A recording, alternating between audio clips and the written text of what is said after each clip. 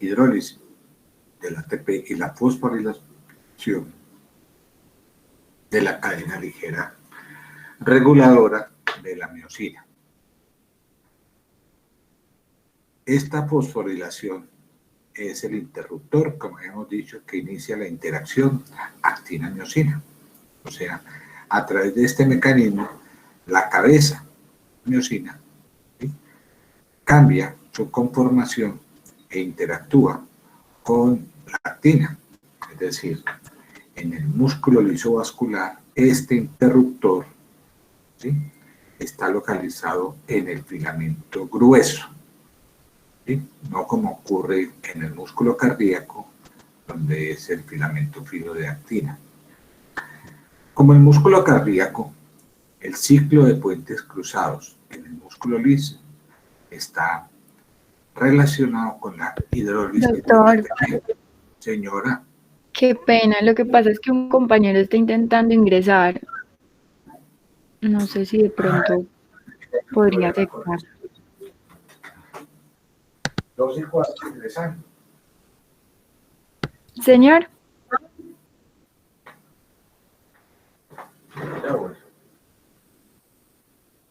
Muchas gracias, doctor.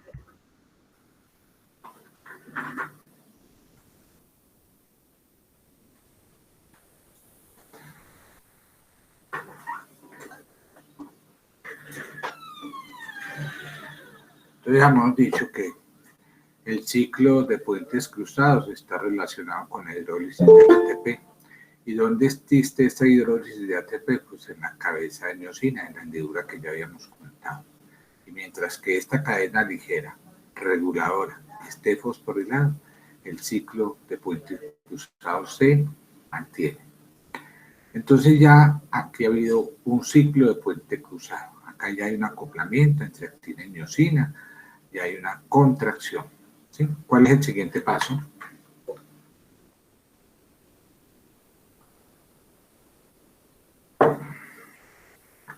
¿Cuál será el siguiente paso?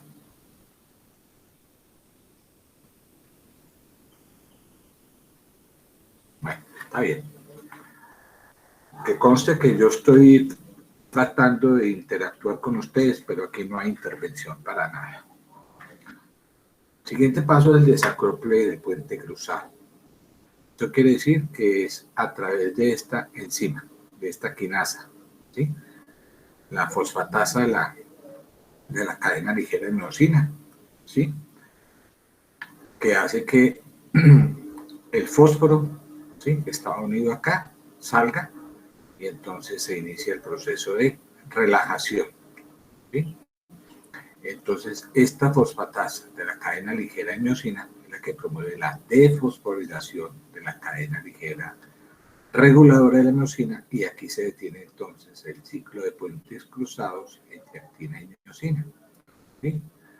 Muy bien, eso es el concepto que habíamos establecido ayer. Ahora, la sensibilidad de ese aparato contráctil al calcio está regulada por qué. Ya habíamos dicho ayer que habían varios factores. Por proteína quinasa C, la proteína quinasa A, proteína quinasa G, ¿sí?, la ROC y la CPI-17. Veamos en esta gráfica que hay aquí algunos ejemplos. Empecemos con esta.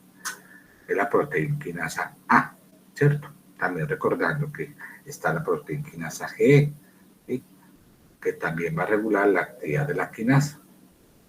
Y también tenemos en este ejemplo el ROC, ¿sí? ¿Ok? ROC, que ya habíamos comentado. La roaquinasa, ¿sí? Al activarse la roaquinasa, ¿qué pasa? Si se activa la roaquinasa, pues se fosforila la fosfatasa de la cadena ligera de miosina.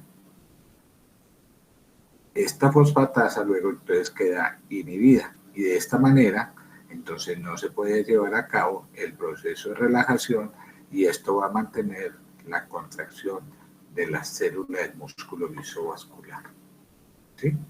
Es decir, esta actividad de esta quinasa, la ROC, va a sensibilizar el aparato contráctil, ¿ok? Quiere decir que la inhibición de esta fosfatasa de cadena ligera, ¿sí?, sensibiliza el miofilamento a la acción del calcio. La otra es la vía de la AMP cíclico proteinquinasa A. Como ejemplo tenemos una sustancia liberada por el endotelio que es la prostaciclina, ¿sí? Entonces la prostaciclina, ¿sí?, fosforila la ROA, es decir, va a inhibir la acción de la ROA quinasa. O sea, esta fosforilación no va a permitir, ¿sí?, la activación de la ROC. Y por tanto, si no va a permitir la activación de la ROC, ¿sí?, esta enzima pues no puede inactivar la fosfatasa de la cadena ligera. De manera que la prostaciclina va a, en vez de sensibilizar el aparato contráctil, va a desensibilizar el aparato contráctil. O sea que se inhibe la fosfatasa de la cadena ligera y va a desensibilizar, ¿sí?, el aparato contráctil, ¿sí?, lo que promueve la contractilidad. También la prostaciclina, a través de la vía de la AMP cíclico, activando una proteinquinasa, ¿sí?, esta proteinquinasa tiene otra acción, y es que va a catalizar la fosforilación, catabolizar la fosforilación de la quinasa de la cadena ligera de miosina. Y en este estado fosforilado, esta enzima es incapaz de unirse al complejo calcio-calmoulina. En otras palabras, la prostaciclina tiene varias acciones y una de ellas, a través de esta proteinquinasa, va a inhibir la formación de este complejo calcio-calmoulina quinasa de la cadena ligera. ¿Quién activó la proteinquinasa? Pues la activó nada más y nada menos que la AMP cíclico, que es el segundo mensajero, ¿sí?, que activa la proteinquinasa, y que a su vez, ¿quién formó este segundo mensajero? Pues la acción de la adeniciclasa. En la adeniciclasa convirtió el ATP en AMP cíclico, y este AMP cíclico va a formar proteinquinasa, va a activar la proteinquinasa, ¿sí? A su vez, ¿sí?, ¿quién activó la adeniciclasa? Y aquí vemos un ejemplo, ¿sí?, la prostaciclina. Ya lo habíamos comentado. La prostaciclina, a través de este receptor purinérgico, activa la adeniciclasa. Pero ¿qué otros fármacos pueden activar la adeniciclasa? Ya habíamos dicho, fármacos como los agonistas beta 2, que tienen un efecto no solamente broncodilatador, sino un efecto vasodilatador, como el isoproterenol. Entonces, estas dos sustancias, prostaciclina e isoproterenol, activan la adeniciclasa, forman AMP cíclico y a su vez activan la proteinquinasa. Ese es el mecanismo, ¿sí? Bueno, también podríamos igualmente hablar de la proteinquinasa. ¿De dónde se formó cómo se activó la proteinquinasa? Del GMP cíclico, ¿sí? ¿Cómo se formó GMP cíclico? Porque una enzima, que es la guaniciclasa, convirtió GTP en GMP cíclico. ¿Y quién activó la guaniciclasa? Pues fármacos o sustancias como el óxido nítrico y el péptido natriurético cerebral, el PNC, liberado por el endotelio. Muy bien. Esta es otra gráfica que nos está hablando del acople fármaco mecánico, ¿sí? No electromecánico, no fármaco mecánico. Entonces se hace a través de ligandos. En este caso acá hay un agonista, como la norepinefrina, la angiotensina, la endotelina, como cualquiera de ellos activando sobre su receptor específico. Por ejemplo, la norepinefrina sobre un receptor alfa-1, la angiotensina sobre el receptor AT1, etc. Entonces, estos receptores que están ligados a una proteína reguladora, activan una enzima que es la fosfolipasa C. Esta fosfolipasa C hidroliza fosfatinoinositol y convierte dos segundos mensajeros, el IP3, ¿sí?, y el diacilglicerol. Entonces, a través de estos agonistas que nosotros llamamos vasopresores, estos agonistas van a actuar sobre sus receptores específicos y no van a requerir una despolarización previa, ni el flujo del calcio. ¿Por qué? Porque a través de este mecanismo que acabo de explicar, ellos van a liberar calcio. ¿Y cómo lo liberan? ¿Sí? Veíamos que este IP3 que se liberó, ¿sí?, ¿qué es lo que hace? Pues el IP3 va a activar un receptor en el retículo sarcoplásmico, ¿sí?, y provoca la liberación de calcio, ¿sí?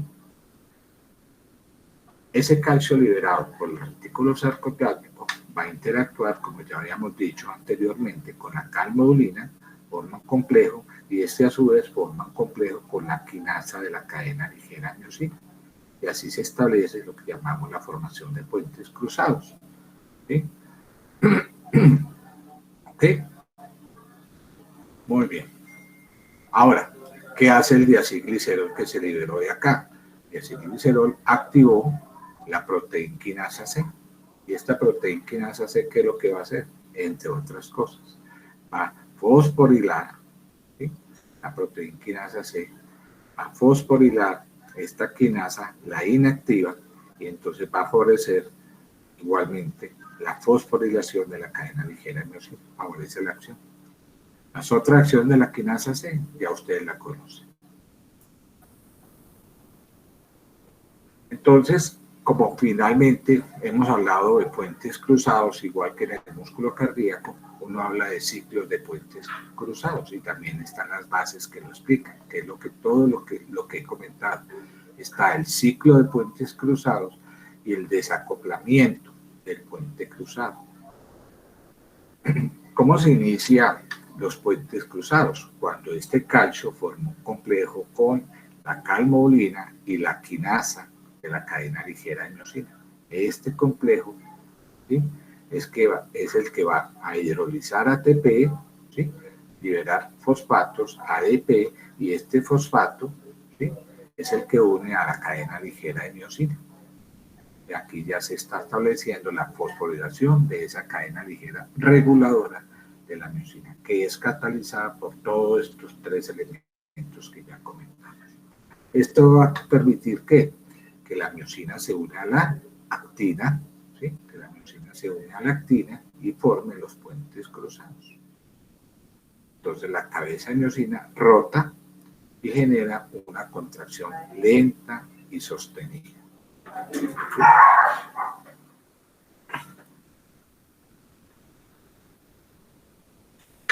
Ahora, aquí ya ha ocurrido el ciclo de puentes cruzados. Entonces la pregunta que viene es ¿cuál es el siguiente paso? Pues el desacoplamiento del puente cruzado.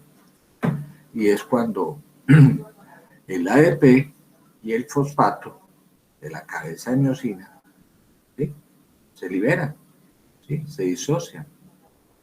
Y entonces esta cabecita de miosina pierde el ATP, ¿sí? Ahí es cuando empieza a formarse eso.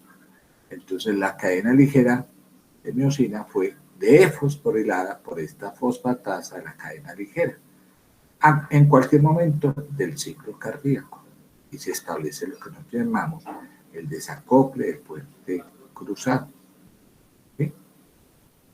Entonces, como ya liberó ATP, en este momento no hay ATP, hay una unión estrecha entre actina y miosina, lo mismo que habíamos hablado de los puentes del ciclo de puentes cruzados con el músculo cardíaco cuando hay un estado de rigidez, no hay ATP, hay una unión entre actina y miosina, y esa unión es muy estrecha.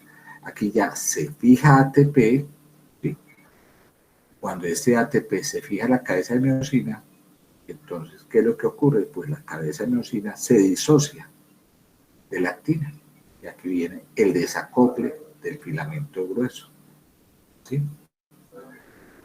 También la calcesmona también va a interactuar, porque en esta caldermona pues va a unirse la tropomiosina lactina y así va a bloquear esta caldermona la unión de lactina con la miosina. Y la tropomiosina, que es la estructura que sería aquí como un esqueleto, recupera la función inhibitoria, o sea, se interpone entre los filamentos finos y gruesos, de la misma manera que lo hace la tropomiosina en el músculo cardíaco. Entonces, todo esto es el ciclo que ya hemos dicho. Aquí estaría el ciclo de puentes cruzados, ¿sí? Aquí viene la unión del calcio, el calcio con la calmodulina y la quinasa, que es la que va a hidrolizar este ATP para que este ADP y fosfato permanezcan aquí en la hendidura. Aquí se fosforiló, ¿sí? Como ocurrió aquí, se fosforila la cadena ligera. Esto es el ciclo de puentes cruzados. Exactamente, aquí ocurrió eso. Y acá es todo este proceso, es el desacoplamiento que ya había comentado. ¿Sí? Bueno.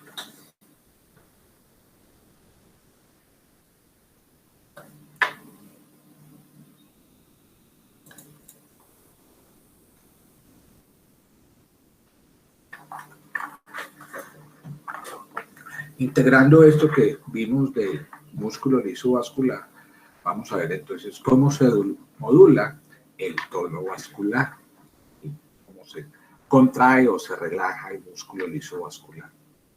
Para esto, entonces, tenemos que entender la presencia de canales iónicos que van a controlar ese tono vascular. Los canales iónicos en el músculo vascular son los que regulan básicamente la presión sanguínea y cómo se distribuye el flujo sanguíneo vascular, ¿sí? Y esto depende de qué, de acciones de estos canales que pueden tener efecto vasodilatador o vasoconstrictor, ¿sí? Muy bien. ¿Cuáles son los principales canales implicados? Pues tenemos canales de potasio, canales de calcio, canales de cloro, principalmente. De estos canales de potasio tenemos varios. Uno de ellos son canales activados por voltaje, otros son canales sensibles al calcio de gran conductancia, canales rectificadores entrantes, los llamados KIR. Y dentro de los canales de calcio tenemos principalmente canales que son dependientes de voltaje, los CAP, ¿sí? Que son los mismos BOC, ¿sí? Tipo L, tipo T. Y hay otros que, pues, básicamente estos son los más importantes, aunque hay otros operados por almacenes que son los SOC, o sea, los canales que liberan calcio o que captan calcio del retículo sarcoplásmico, ¿sí?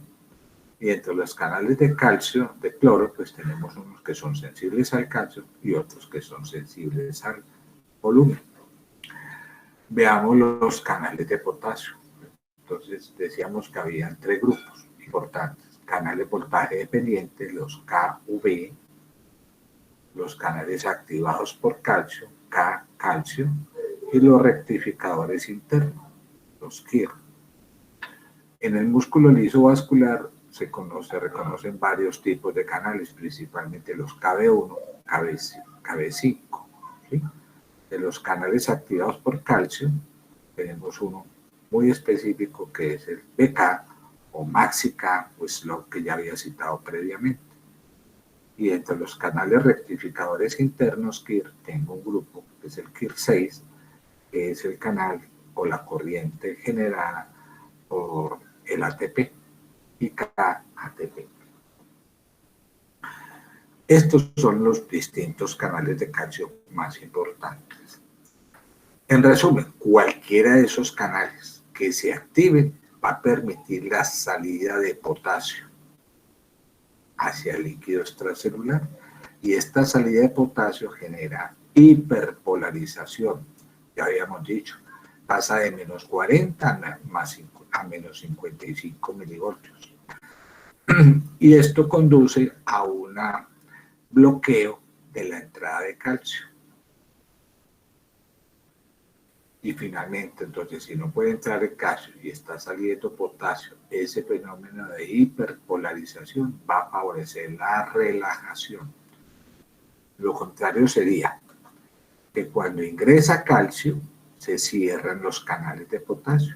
Este bloqueo o inhibición de los canales de potasio va a generar con la entrada de calcio un fenómeno opuesto, un fenómeno de despolarización, lo que favorece la contracción de ese músculo liso. Diferentes factores pueden o bien activar estos canales de potasio o bien inhibirlos. Ejemplo de esto, ¿sí? Un incremento en la concentración de calcio intracelular va a favorecer la salida de potasio y bloquea la entrada de calcio. O la actividad de la proteína quinasa o de la proteína quinasa A o G, ¿sí?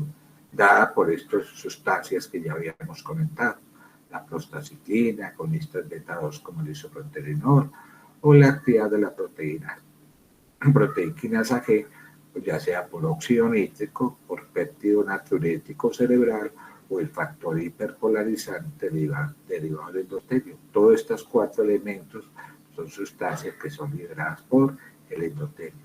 Y la hipoxia, también los estados hipóxicos, una disminución de la concentración de oxígeno en las células, por ejemplo a nivel miocárdico, etcétera, va a activar ciertos canales de potasio que favorecen la salida de este.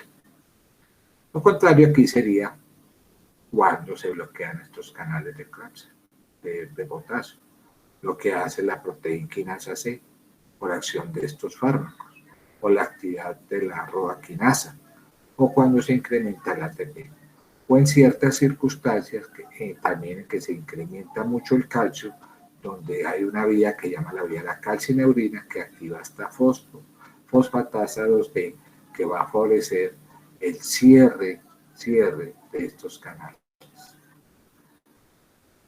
Entonces, ¿qué tenemos? Que hay una interacción entre potasio y calcio.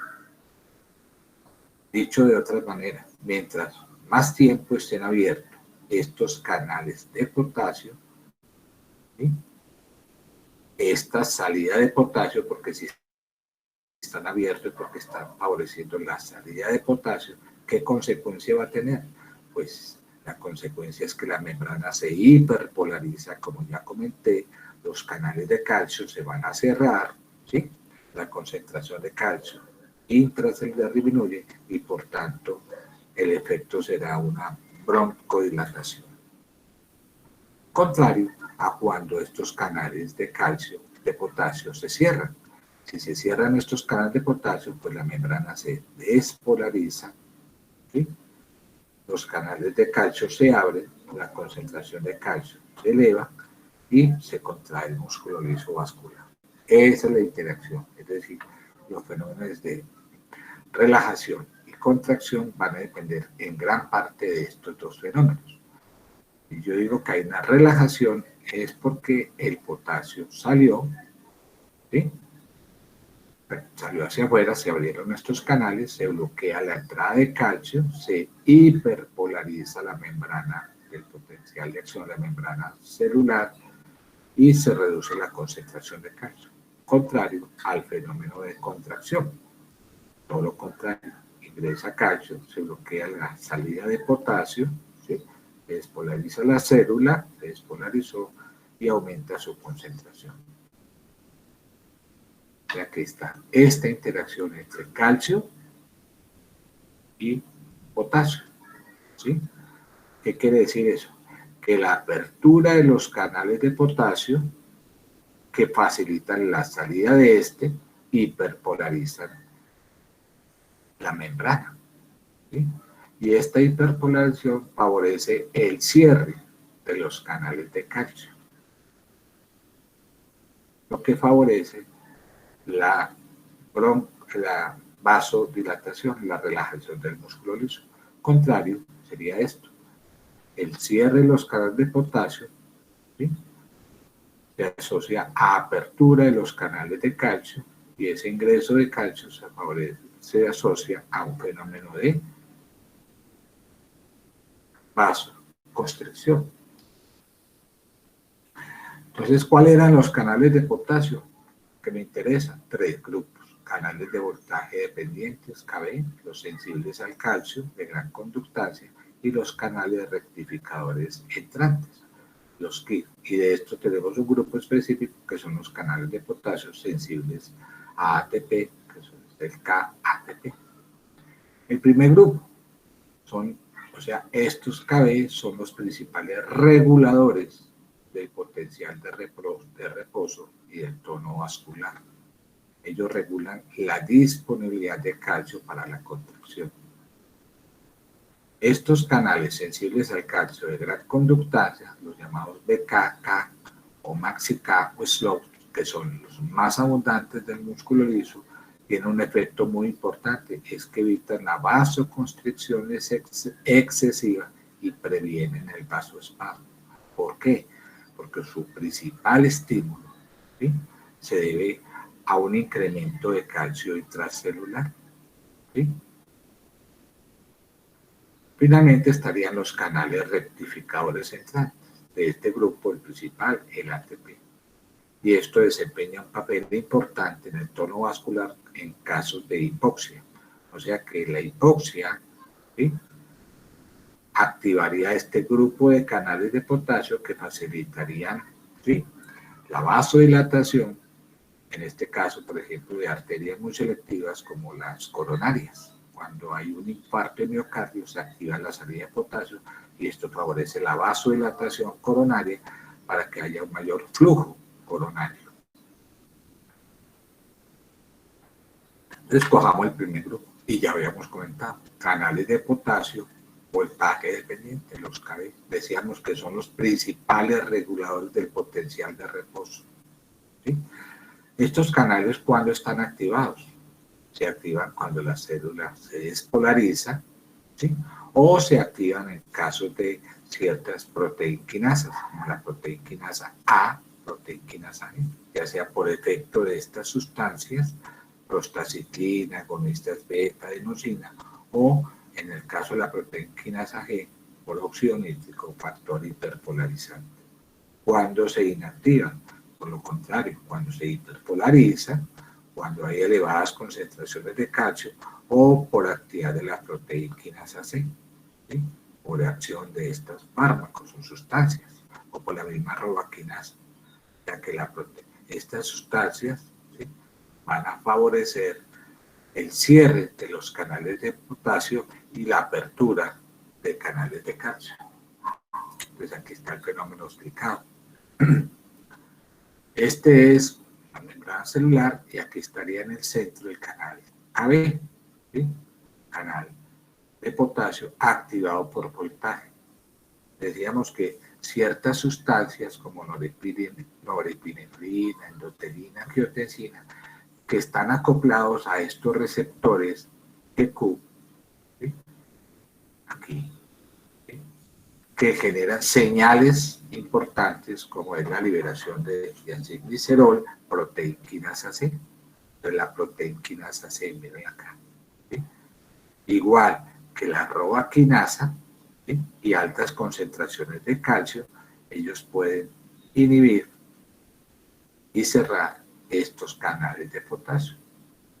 Mientras que otras sustancias con efecto vasodilatador, como el isoproterenol, que es un agonista beta 2, la adenosina, la prostaciclina, por ejemplo, estos 3 elementos que están acoplados, ¿sí?, ¿sí?, a ciertos receptores, en este caso proteínas, a receptores acoplados a proteína GS también, pueden aumentar la actividad de la adenosilclasa, o como en el caso del óxido nítrico que está aquí, activar guanilciclasa. Entonces, estos generan segundos mensajeros, como es el AMP cíclico, GMP cíclico y la proteinquinasa A que la activan, o proteinquinasa G. Pero finalmente, esta proteinquinasa G, etcétera, van a activar, ¿sí?, este canal de potasio, va a permitir la salida de él y la hiperpolariza. Aquí vemos el canal KB, que favorece la salida de potasio. ¿Sí? ¿Quién activó la salida de este potasio? Decimos aquí, ¿quién la activó? Cualquier sustancia. Agonistas beta, adenosina, prostaciclina, factor relajante derivado del endotelio, el óxido nítrico. Cualquier sustancia que está favorecida, dejas que nombre, produce un flujo de potasio y un cierre, ¿sí?, de los canales de calcio. ¿Sí?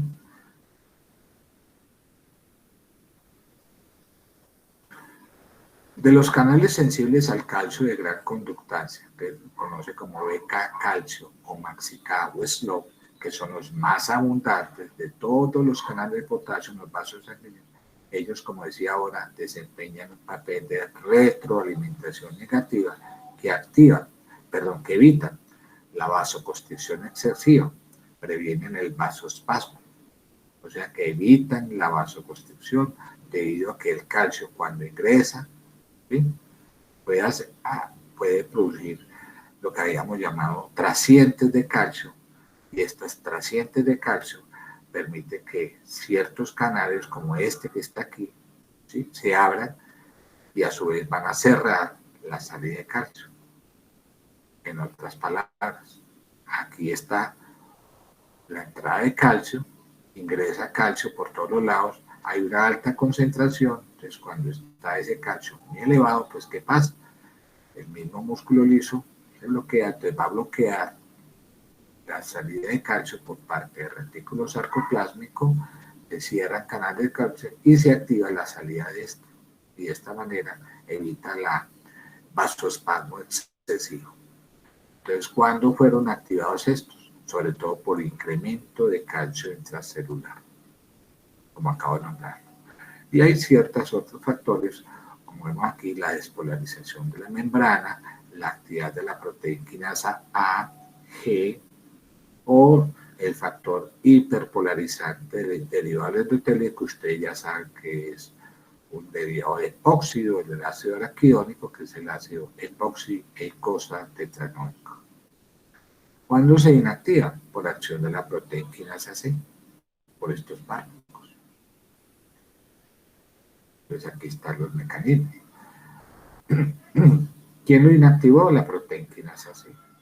¿Quién los activó? Lo que ya decía, ciertas sustancias, como la actividad de la proteínasa A, la proteínasa G, ¿sí?, que ya habíamos comentado, que es los derivados de estos que estamos nombrando aquí, el factor hiperpolarizante del derivado del endotelio, etcétera, ¿sí?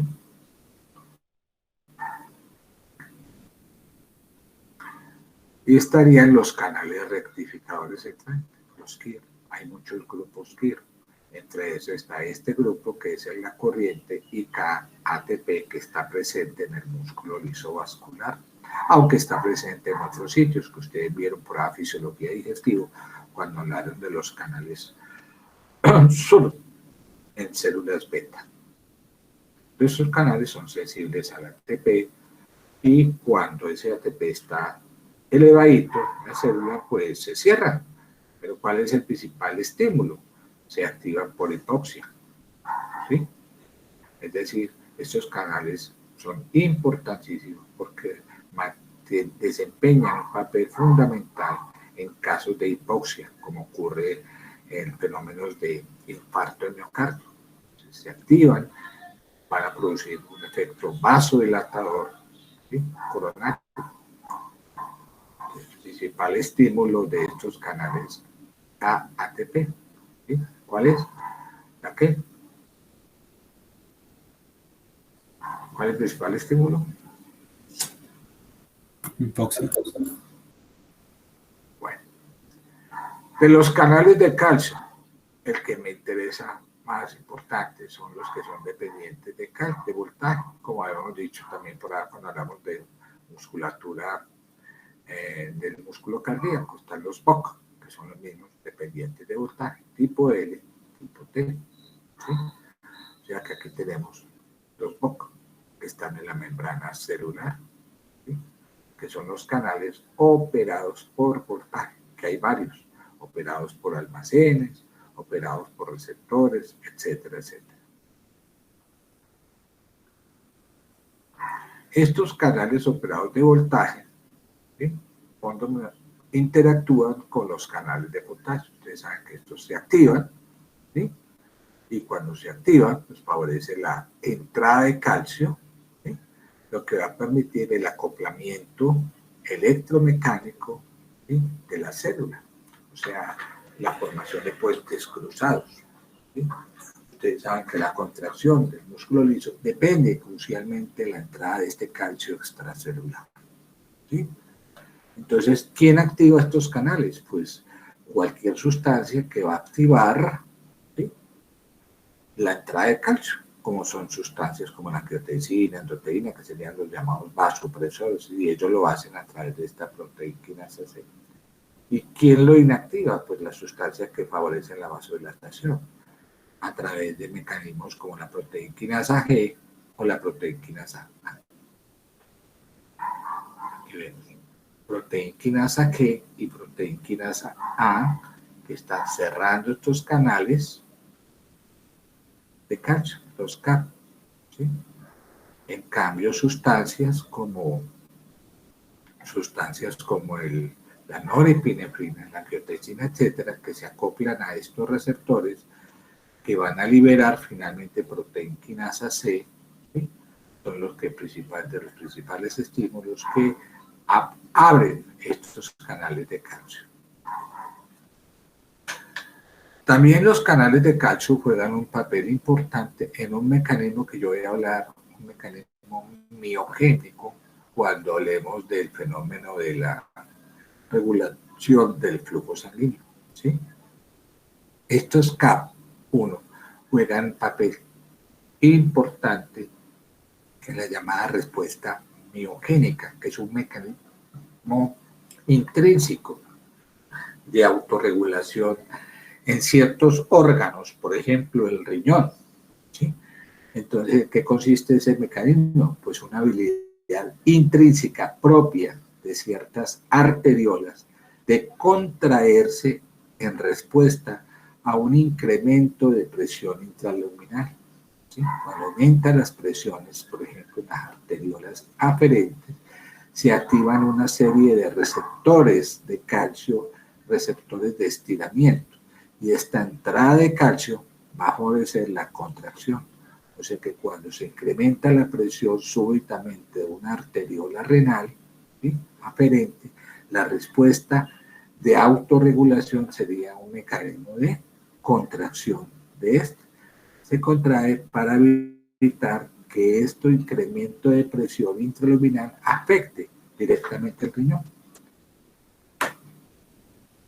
Ese es el mecanismo que ya cité, un mecanismo de vasoconstricción, mecanismo miogénico, en respuesta a un incremento intraluminal de presión del vaso sanguíneo, o sea, porque el vaso se distiende en respuesta a un mecanismo de distensión de presión intraluminal, ¿sí?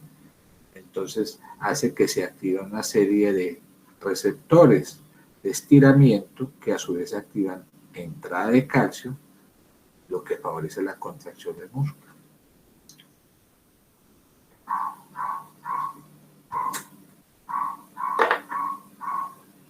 Vemos un ejemplo de una arteriola dilatándose, bueno, aquí una arteriola dilatándose en respuesta a algo, ¿sí? ¿Quién está controlando este mecanismo vasodilatador o vasoconstrictor de un músculo liso? ¿Sí? Entonces, para empezar, ¿sí?, las células del músculo liso vascular, ¿sí?, determinan el tono de los vasos, ¿sí? El tono de los vasos está determinado por la presencia del músculo liso vascular, ¿sí? Y estos vasitos tienen la propiedad de mantener un tono basal, ¿sí? O sea que el músculo liso se contrae de una manera lenta, sostenida, ¿sí? O sea que mantiene siempre una tensión basal de reposo, el llamado tono vascular, ¿sí? Entonces, sobre esta base de tono basal de reposo, podemos hablar de contracción, o bien relajación, ¿sí? El paciente tiene contracción o puede tener relajación. Aquí vemos un ejemplo de la contracción. Entonces, ¿cómo se controla ese tono del músculo liso vascular? A través de varios mecanismos. El mecanismo más importante que controla el tono del músculo liso vascular y sobre todo lo hace a corto plazo es a través del sistema nervioso autónomo, principalmente simpático, por la liberación de estos neurotransmisores. ¿Podría el parasimpático influir en el tono del músculo liso vascular? Sí, ahorita lo comentamos. ¿Sí? Ciertas neuronas adrenérgicas pueden liberar acetilcolina. También el otro mecanismo importante que mantiene el tono del músculo liso vascular a mediano plazo sería el sistema de renina-angiotensina circulante, principalmente la angiotensina 2, aunque aquí traigo a colación la angiotensina 1,7, perdón, no 1,9, 1,7, que tiene un efecto opuesto a la angiotensina 2. Otra sustancia, por ejemplo, la bradicinina, ¿sí? La bradicinina, que tiene un efecto vasodilatador. El sistema dopaminérgico, que su efecto va a depender de en qué receptores se está ocupando. La dopamina puede tener un efecto vasoconstrictor o vasodilatador, dependiendo de dónde esté actuando y dependiendo de los receptores que esté ocupando. Y finalmente, pues ustedes ya saben de esta modulación, de la participación del endotelio en el tono del músculo liso vascular a través de la liberación de sustancias vasoconstrictoras o vasodilatadoras.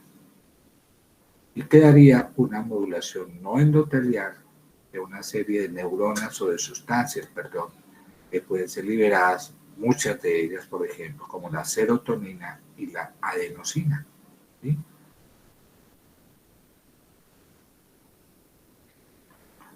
Escojamos el primer grupo del sistema nervioso autónomo.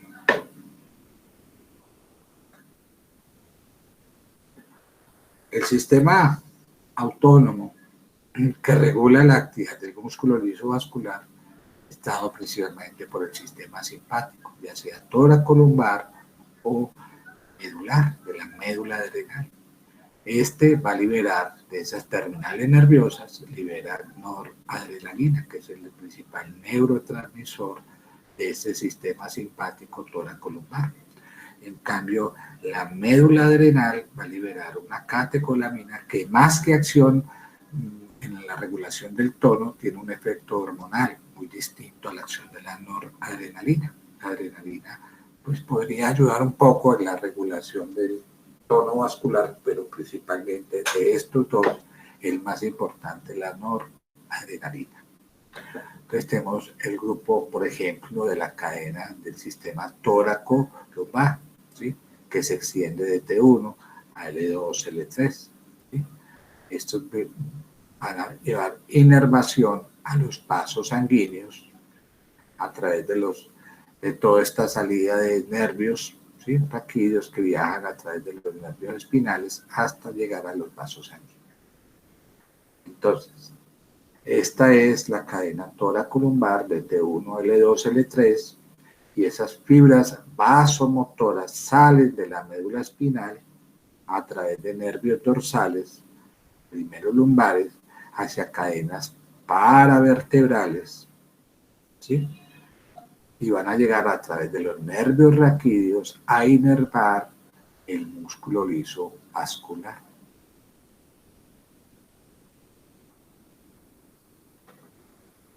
Una vez llegan al músculo liso, ¿sí?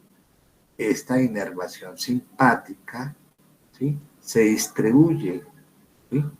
Atravesando terminales nerviosas de la adventicia y forman lo que nosotros llamamos unas varicosidades, donde allí se va a liberar este neurotransmisor más importante que la norepinefrina. ¿Sí? ¿Alguna dato importante? Muchísimo. ¿Sí? Este es una arteriola, y aquí estaría lo que nos llamamos una metaarteriola. o arteria terminal, ¿sí? Las arteriolas son muy ricas en músculo liso vascular, por eso son las arterias que regulan la resistencia vascular, ¿sí? Entonces, en estas metaarteriolas, arterias terminales, a partir de acá, siguiendo los pasitos acá, ¿sí? Ya prácticamente no hay varicosidades o están en muy baja proporción. O sea que desde el punto de vista funcional, las arterias de mayor calibre, arteriolas, son las que están más sometidas a un control directo del sistema simpático, mientras que las arteriolas terminales, ¿sí? Terminales, están bajo la influencia de otros factores que voy a citar en un capítulo aparte, que son factores locales. Dicho en otras palabras, aquí está una arteria principal, aquí está una arteria pequeñita, y aquí empieza a ver las arteriolas, y aquí estarían las arteriolas terminales, que hemos llamado nosotros como metaarteriolas, ¿sí? Entonces, ¿cuáles de todos estos vasitos, arterias principales, pequeñitas, arteriola terminal, cuáles son los principales vasos que tienen mayor influencia del sistema simpático? Pues las arteriolas.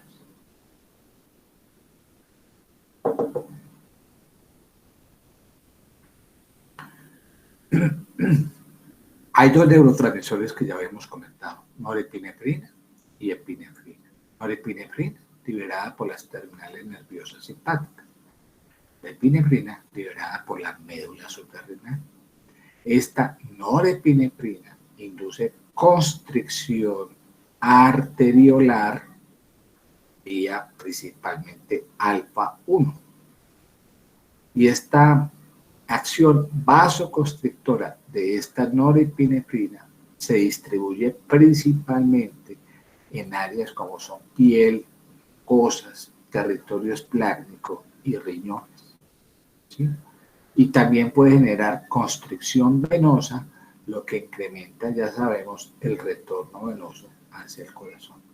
¿Por qué entonces la norepinefrina tiene mayor efecto alfa 1 que efecto beta 2? Miren ustedes que la norepinefrina no tiene un efecto vasodilatador, ¿sí? Propiamente dicho. La selectividad principal está sobre estos receptores alfa 1, distinto a la epinefrina. La epinefrina induce más dilatación arteriolar vía beta 2. Y esto lo hace principalmente en vasos coronarios, vasos cerebrales y el músculo esquelético. Piensen en una situación de estrés, ¿sí? Si un paciente está sometido a una situación de estrés porque tiene que huir por algo, se enfrenta a algo, ¿sí? Una situación cualquiera, entonces necesita que ciertos vasos se dilaten, como es los vasos coronarios, los vasos cerebrales, el músculo esquelético, porque él tiene que estar consciente, debe correr y debe acelerar la frecuencia cardíaca, porque tiene que huir. En cambio, en estas zonas hay un fenómeno de vasoconstricción, porque el flujo de sangre no se necesita. Por eso es que nos ponemos pálidos, ¿sí? Por eso es que los riñones disminuyen su flujo, etcétera. Por eso es que hay constricción venosa, por efecto de la norepinefrina. O sea que de estos dos neurotransmisores, el principal vasopresor es ¿cuál? La norepinefrina. La norepinefrina. Entonces, la norepinefrina o noradrenalina podría interactuar con receptores alfa. Especialmente, ¿qué tipo de receptor? Alfa 1. Alfa 1, ¿sí? Que es el principal. También puede interactuar con otros receptores alfa, que nosotros vamos a llamar alfa 2C o alfa 2, y todavía no hemos nombrado los subtipos de estos. Y tanto los receptores alfa 1 como alfa 2, ustedes ven aquí, generan un fenómeno de vasoconstricción, ¿sí? En cambio, por ejemplo, la adrenalina, ¿sí?, produciría más efecto beta 2. Y este efecto 2 va a producir un efecto vasodilatador. ¿De qué áreas? ¿De cualquier área? La Corazón y coronaria. músculos. 3 áreas: coronaria, cerebral y los vasos que irrigan los músculos esqueléticos. En cambio, el efecto vasoconstrictor predomina sobre la piel, las mucosas, etcétera, ¿sí? ¿Ok? Entonces, el efecto de esta inervación simpática vascular va a depender de un balance entre la acción de estos neurotransmisores con los receptores alfa y beta 2, ¿sí? ¿Qué es lo que predomina? Pues el efecto vasoconstrictor, que es el que mantiene el tono basal. Entonces, si uno mira aquí los distintos receptores adrenérgicos, vemos que hay receptores alfa y receptores ¿qué? Beta. De los receptores alfa me interesan alfa 1 y alfa 2. Y en los receptores tenemos beta 1, beta 2 y beta 3. ¿Cuál me interesa los beta? Los beta 2.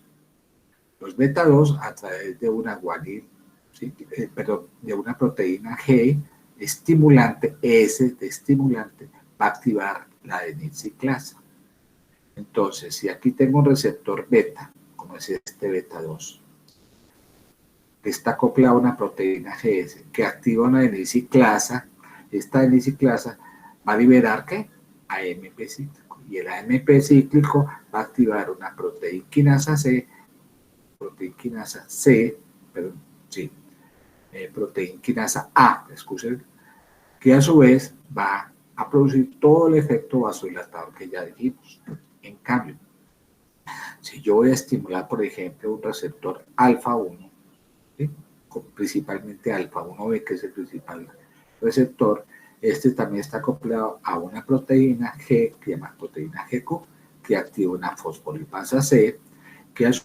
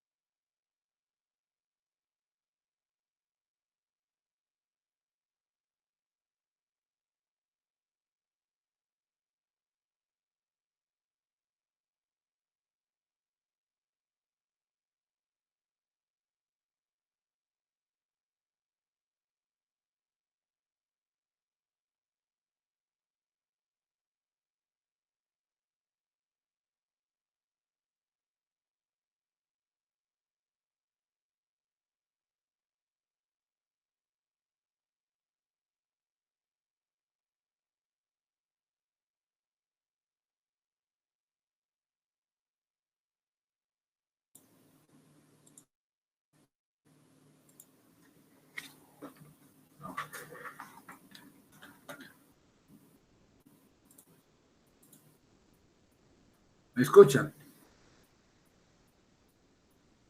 Sí, doctor. Sí, doctor. ¿En qué momento se fue el internet? Alcancé a hablarle de la acción del sistema parasimpático. No, doctor. No, doctor. Pero sí le expliqué esta gráfica de cómo interactúa la adrenalina para producir efecto vasodilatador, ¿cierto? Bueno, Doctor, ya lo escuchando había comentado. los receptores adrenérgicos. Nos estaba explicando la gráfica. ¿Dónde? ¿En qué parte? Él me dice. En una Estaba tabla. explicando el alfa. Pero esto sí. No me digan que En la Ahí. tabla Se fue cuando- azul. ahí. Ahí, doctor. Ahí. Sí, ahí. Hijo de pucha. Bueno, qué pena.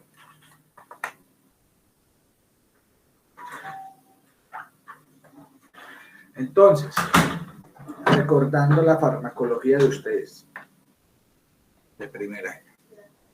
Esto ya lo dije, ¿cierto? Bueno, entonces, los receptores adrenérgicos los dimos en alfa y en beta.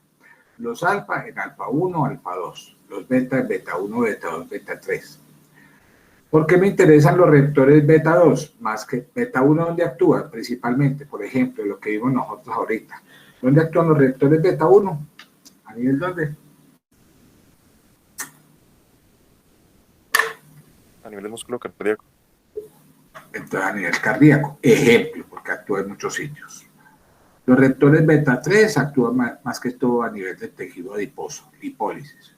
Aquí estarían los receptores beta 2, donde actúa, por ejemplo, a nivel del músculo liso bronquial, produce broncodilatación. En el útero produce útero-relajación. Y en el músculo liso produce vasodilatación. De ahí la importancia de una activación de un receptor beta 2. Estos receptores beta 2, como lo estamos mostrando aquí, beta 2, interactúa con una proteína GS que activa la adenosiclasa. Y esta adenosiclasa, a través de segundos mensajeros, como el AMP cicloproteína quinasa A, generan las señales de broncodilatación. En cambio, los receptores alfa, que ya hemos dicho, alfa 1 o alfa 2, generan un efecto vasoconstrictor, a diferencia de este que genera un efecto vasodilatador. Esto genera vasoconstricción. Y lo hacen por varias vías. Los receptores alfa 1 a su vez se dividen en varios grupos, alfa 1A, alfa 1B, alfa 1D. De estos, los que más me interesan son los receptores alfa 1B, que son los receptores más importantes que regulan la constricción tanto arterial como venosa. Estos están acoplados a una proteína GQ11 que activan la fosfolipasa. Y aquí estarían aquí sobre estos receptores alfa 1 que activan la fosfolipasa. Y ustedes saben que la fosfolipasa libera diacilglicerol que facilita, que activan la proteína quinasa C. Y el IP3 que favorece la salida de calcio por los retículos sarcoplásmicos. En cambio, los receptores alfa 2, de estos me interesa tanto los receptores alfa 2AD como los receptores alfa 2C. Estos están más distribuidos en el sistema venoso, en el músculo liso de las venas. Estos hacen un efecto también vasoconstrictor, pero porque inactivan adenosiclasa, la inactiva. Es un mecanismo muy distinto. Entonces tengo tres tipos de receptores importantes en el músculo liso vascular. Beta 2, alfa 1, alfa 2. Los beta 2, ¿qué efecto tienen? ¿Cuál es el efecto principal? Beta 2. Vasodilatación. Porque activan la proteína quinasa S, activan la adenosiclasa, AMP5, proteína quinasa A. ¿Sí? En cambio, alfa 1, alfa 2 tiene un efecto vasoconstrictor. Por ejemplo, alfa 1. Lo alfa 1 lo hace por esta vía de la activación de la fosfolipasa C, activando la formación de segundos mensajeros como diacilglicerol y IP3 que ustedes ya vieron. En cambio, los alfa 2 lo que hacen es inhibir la actividad de la N-ciclasa, porque están acoplados a una proteína GI inhibitoria, que inhibe la formación de AMP cíclico y de proteína quinasa A, por tanto tiene un efecto vasoconstrictor. De manera que si yo tengo aquí el músculo liso vascular y aquí hay una terminal nerviosa liberando catecolaminas, esta catecolamina puede interactuar, uno, sobre receptores beta 2, lo hace mal la adrenalina, no importa, produciendo un efecto ¿qué? Vasodilatador, o bien interactuando sobre receptores alfa 1 o alfa 2 para producir un efecto vasoconstrictor. Es alfa 1, alfa 2, efecto vasoconstrictor, y beta 2, efecto vasodilatador. Así entonces tenemos receptores alfa adrenérgicos, ¿sí? Estos son los encargados de mediar las respuestas de las catecolaminas, ¿sí? Endógenas, ya sea nor o adrenalina, ¿sí? En el músculo liso vascular. Tiene la característica de ser receptores de 7 segmentos transmembrana que están acoplados a una proteína G, ¿sí? Y entonces, estos receptores, tanto alfa 1 como alfa 2, tendrán un efecto vasoconstrictor. ¿Cuál es la gran diferencia entre uno y el otro? La distribución. Los receptores alfa 1 están más distribuidos en las arterias, principalmente, mientras que los receptores alfa 2 están más distribuidos en las venas, ¿sí? O sea que el efecto vasoconstrictor de la arteria está predominantemente por los receptores alfa 1, mientras que el efecto vasoconstrictor de la vena está dado principalmente por el efecto alfa 2. Habíamos dicho que los receptores alfa 1 y alfa 2, ¿sí?, tienen sus subtipos. Y de estos me interesa el receptor alfa 1B. El alfa 1B está tanto en las arterias como en las venas.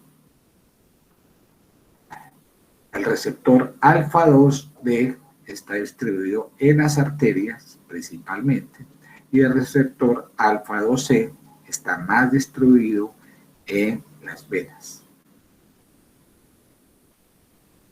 Así entonces tengo una arteria y una vena.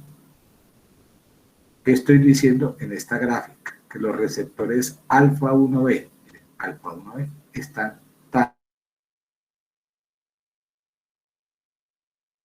Estos son los principales receptores que median el efecto vasoconstrictor, ¿sí?, tanto de las arterias como en venas. En cambio, los receptores alfa 2, ¿sí?, de las venas, aquí, principal es el receptor alfa 2C.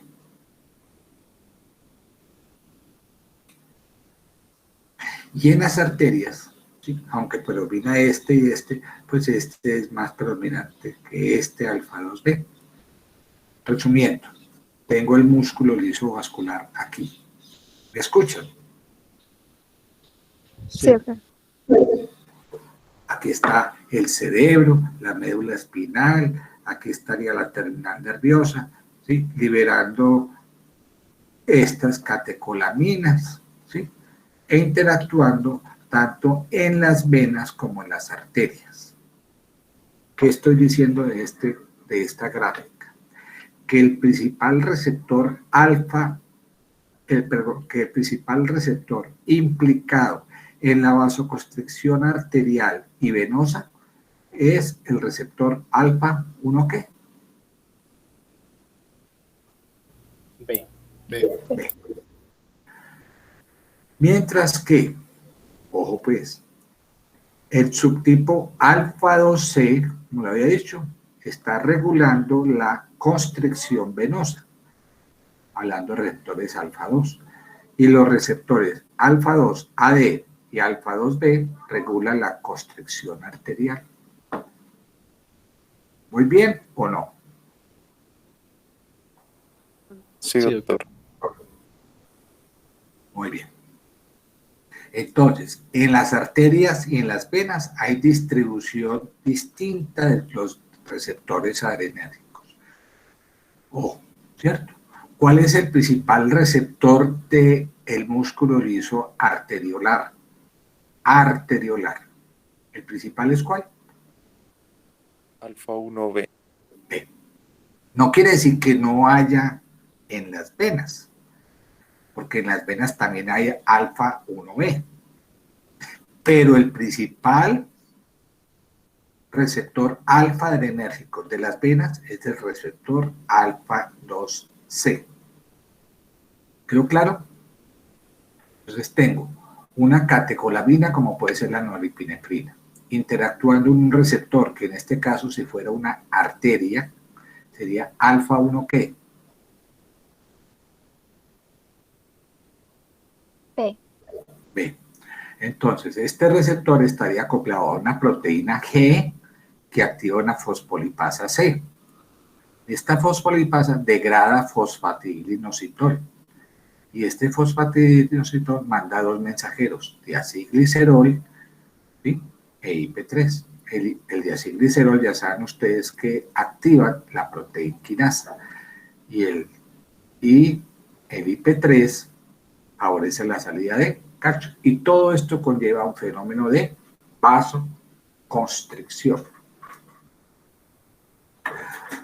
El otro receptor adrenérgico implicado en el tono vascular son los receptores beta 2.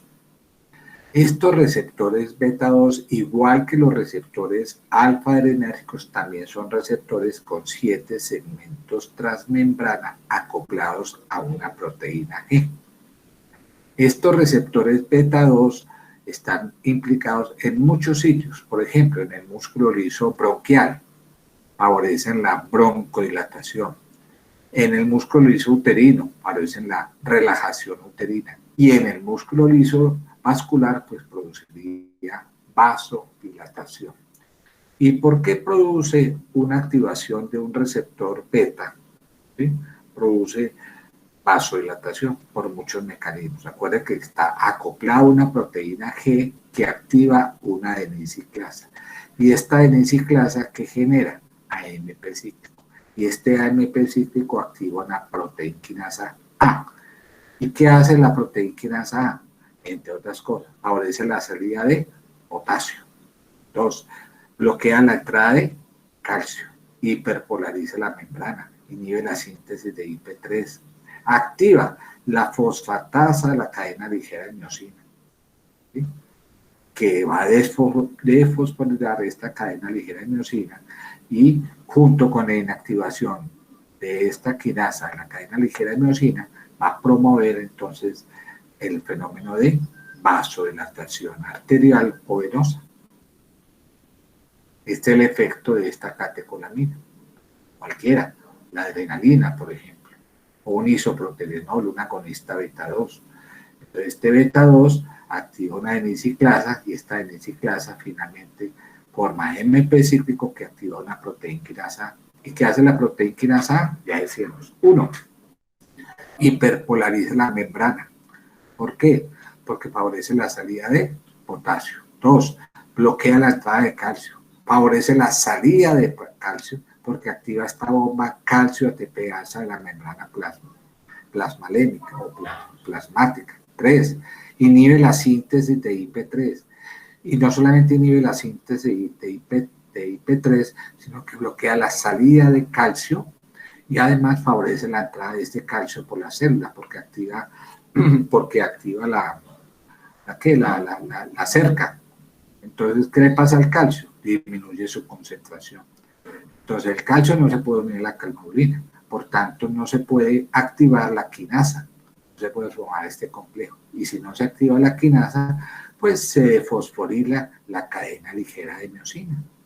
Además de eso, también esta proteína quinasa va a fosforilar esta roquinasa, lo que va a inactivarla, y al inactivarla, pues va a activar la fosfatasa de la cadena ligera de miosina. Y todo esto conlleva a una desensibilización del aparato contráctil. Sumado todo esto, disminución de calcio y todo lo que nombré, pues entonces los puentes cruzados serían débiles, hay desacoplamiento de la maquinaria contráctil y finalmente el efecto que ya cité, que es el efecto vasodilatador.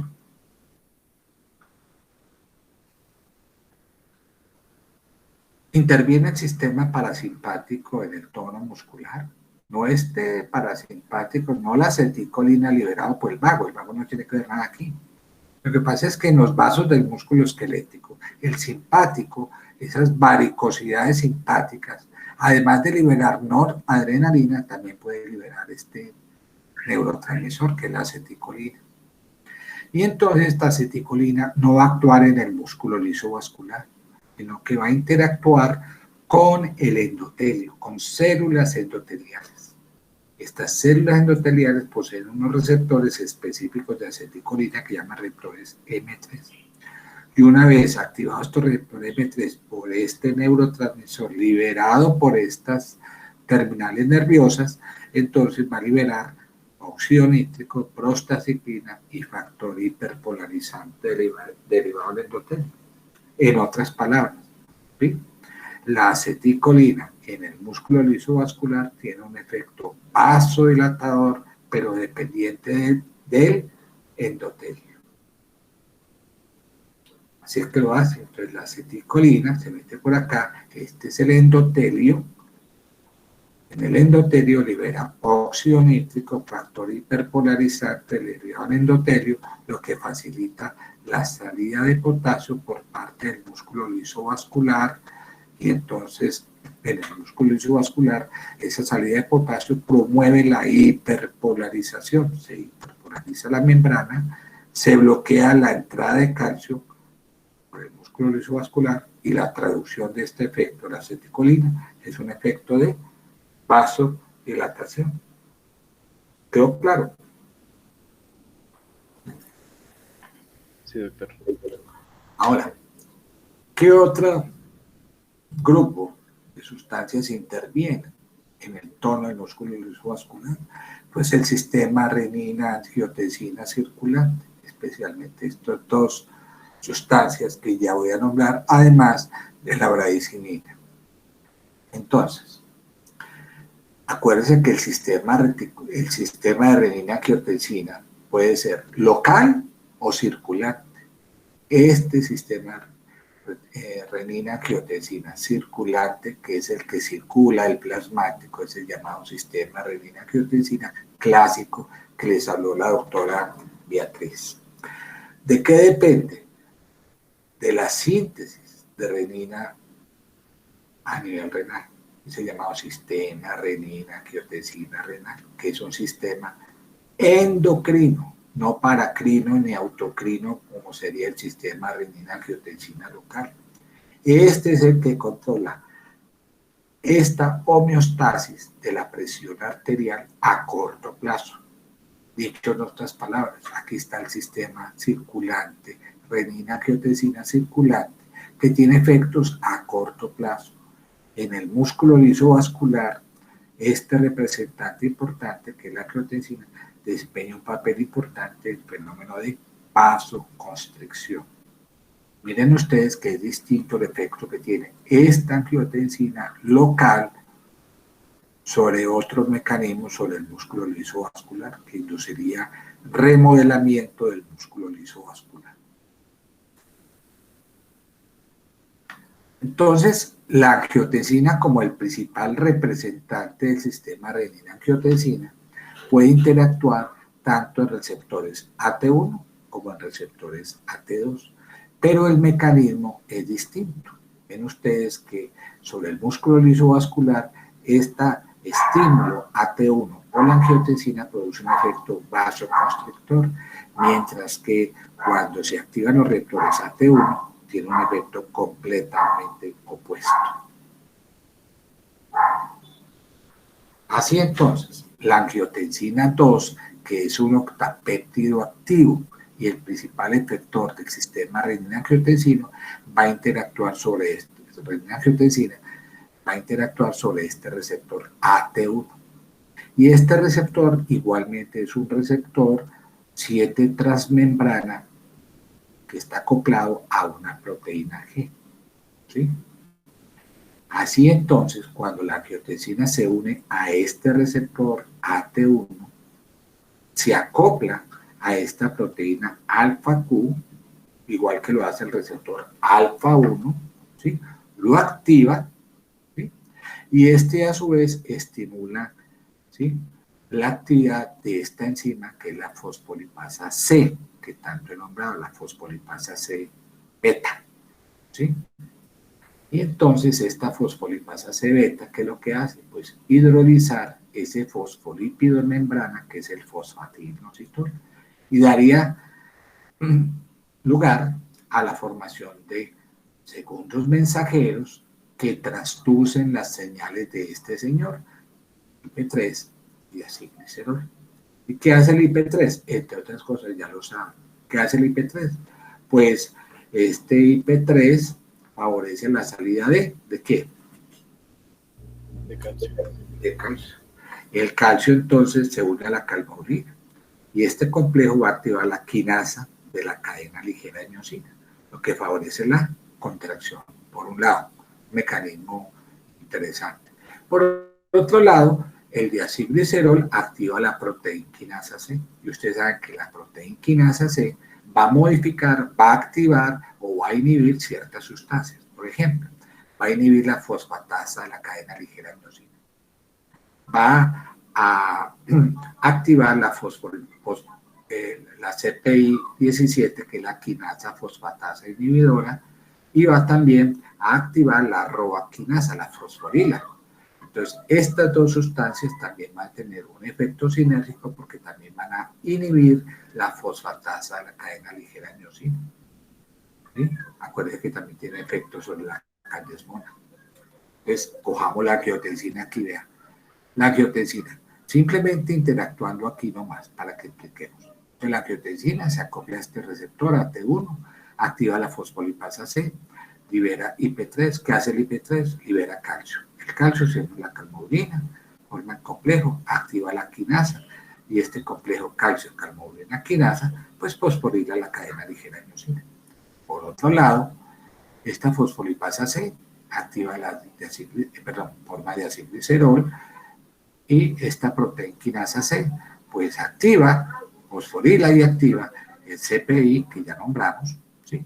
Y activa también por esta vía, por la carnitidita, a la roaquinasa. Y ambas, esta y esta, inactivan la fosfatasa de la cadena ligera de miosina. Entonces, ¿cómo se activó ¿qué se activó?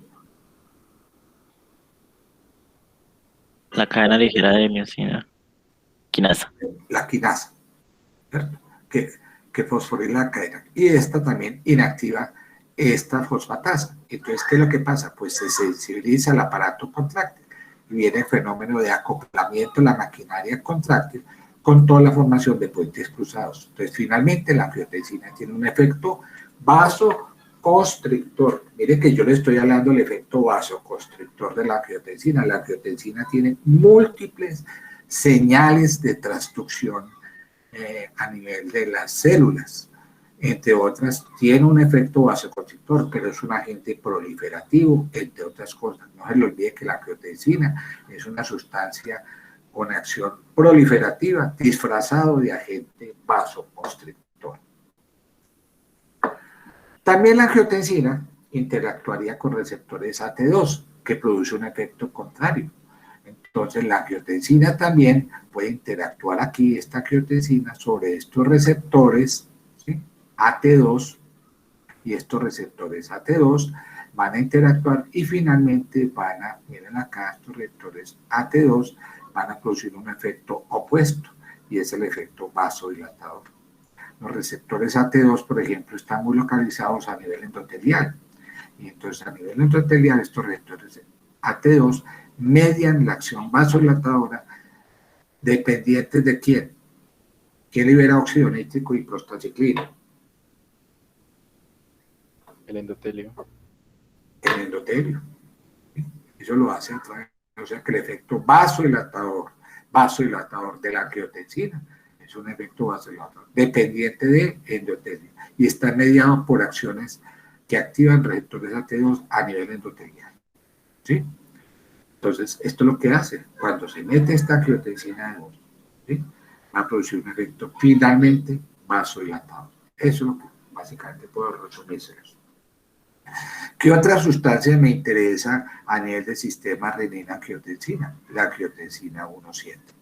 Esta angiotensina 1,7 que se forma, véalo aquí, angiotensina 1,7, se puede formar por dos vías. Por un lado, a través de la angiotensina 1, que forma angiotensina 1,9, y esta angiotensina 1,9 por acción de la ECA 1 forma angiotensina 1,7, o directamente de la angiotensina 2, angiotensina 1,7, o bien directamente de la angiotensina 1 por acción de ciertas neprilicinas, que son enzimas que convierten directamente la angiotensina 1 en angiotensina 1,7. Importante, muchísimo. ¿Sí?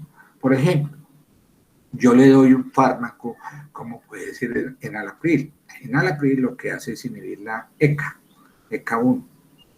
Entonces, si inhibe la ECA, por ejemplo, si se inhibe la ECA, entonces por fármaco como el enalapril, no o se reduce la síntesis de angiotensina. ¿Sí? Y la poca cantidad de angiotensina que se convierte por acá se traslada para este lado. Y como no puede formar angiotensina 2 a partir de angiotensina 1,7, entonces esta angiotensina 1,7 se mete por acá, se convierte en angiotensina 1,7. ¿Y por qué es importante esta angiotensina 1,7? Porque tiene un efecto que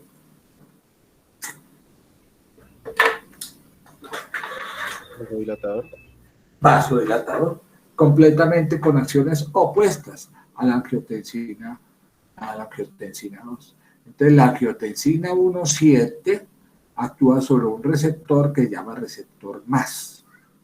Y este receptor MAS, igual que la acción de la angiotensina 2 sobre los receptores AT2, también vía AKT, ¿sí? Produce a nivel endotelial liberación de óxido nítrico y prostacicrina, o sea que tiene un efecto finalmente vasodilatador. Para irnos. La bradicinina pertenece al sistema renina-angiotensina. No, la bradicinina pertenece a un sistema distinto, que es el sistema de las calicreínas bradicininas. Este también es un péptido, ¿sí? Es un nonapéptido que se forma a partir de un cininógeno de alto peso molecular, la bradicinina, ¿sí? Entonces, este cininógeno de alto peso molecular, por acción de una enzima que se llama la calicreína, la convierte en bradicinina. Importancia de esto, la bradicinina tiene muchos efectos, entre otros, es una sustancia vasodilatadora.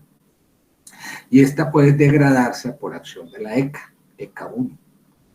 Por tanto, si yo le doy enalapril a un paciente, ¿qué es el enalapril? Inhibidor de la ECA. Entonces, si yo inhibo la ECA1, ¿qué pasaría con la bradicinina?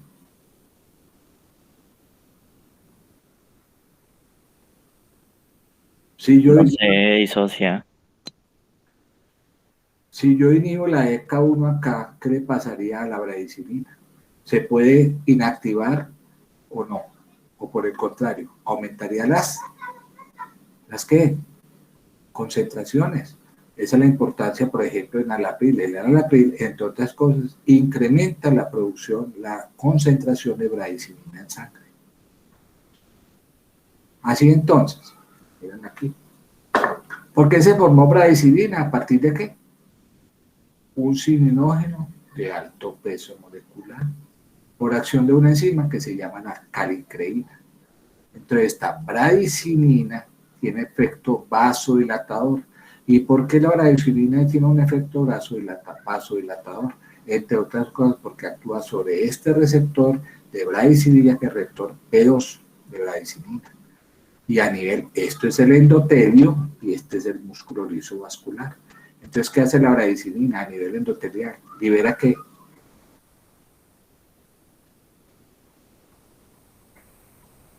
Óxido nítrico.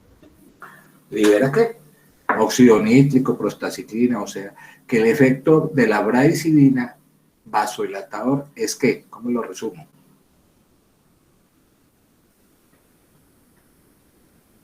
Se acaban de presentar un examen y vieron endotelio. Endotelio dependiente. Vasodilatador, ¿dependiente de quién? ¿De quién? Del endotelio.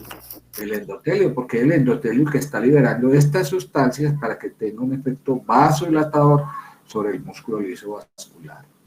Entonces, esta es la bradicilina. Esto que está en azulito es el endotelio. Y esto que está en verdecito es el músculo liso. Entonces, la bradicilina, que actúa sobre un receptor B2. ¿Y qué es lo que produce finalmente? ¿Libera qué? ¿Qué libera? ¿Qué está liberando el endotelio? Prostaciclina. Prostaciclina, factor hiperpolarizante derivado del endotelio y óxido nítrico. Y estas tres sustancias, ¿qué es lo que hacen? Tienen un efecto ¿qué? Vasodilatador. Vasodilatador. Por tanto, la bradicilina, igual que la angiotensina 1,7 y las que he nombrado, tiene un efecto vasodilatador dependiente del endotelio. ¿Sí? ¿Listo? Bueno, entonces el jueves continuamos con este sistema dopaminérgico y a través de la modulación endotelial para hablar finalmente o terminar todo lo que es el control del tono de las células del músculo liso vascular. Vimos estas sustancias que están aquí señaladas y cómo estas sustancias regulan el tono vascular. Próxima clase entonces veremos todo lo que es, qué hace la dopamina, ¿sí?, a nivel periférico para regular el tono del músculo liso vascular y cómo el endotelio a través de diferentes factores puede liberar óxido nítrico, prostaciclina, etcétera, etcétera, y cómo a través de otros mecanismos no endoteliales, sustancias como la serotonina, la adenosina, la sustancia P, la histamina, etcétera, puede también tener un efecto regulador del tono del músculo liso vascular bajo ciertas circunstancias. Muchas gracias. Gracias, doctor. Muchas gracias, doctor. Gracias, doctor. Buenas tardes, doctor. Chao. Sí, Doctor, buenas tardes. ¿Me Sí. podría regalar, por favor, un momento? que le regale aquí para hablar. Sí, señor. Sí, claro, aquí mismo. Sí, no hay ningún problema. No, Doctor, nada es más. que lo que tengo es una duda en cuanto al parcial del día de ayer. Sí, cuéntame. La pregunta es que, bueno, la pregunta es relacionada, dice, respecto a los vectores de despolarización ventricular, señale el enunciado incorrecto. Sí, Yo marqué la opción que dice, el vector 1 es responsable de la onda R en las derivaciones B5 y B6. ¿Por qué decidí marcar esa opción? Porque pues en el enunciado usted nos deja implícito de que debemos elegir la opción incorrecta. Y pues yo sí, sé claro. que en las derivaciones B5 y B6, el vector 1 no se representa por una onda R minúscula, sino por una onda Q minúscula. Esa es la incorrecta. Entonces, Esa es incorrecta. Debe, yo la reviso y entonces hablamos ahorita, claro. Y si es el caso, claro, no faltará más. El vector 1 es responsable de varias cosas. Uno, de la onda R en B1 y B2. ¿Estamos de acuerdo? sí, Y señor, la onda Q en B5, B6, D1 y ABL. es correcto.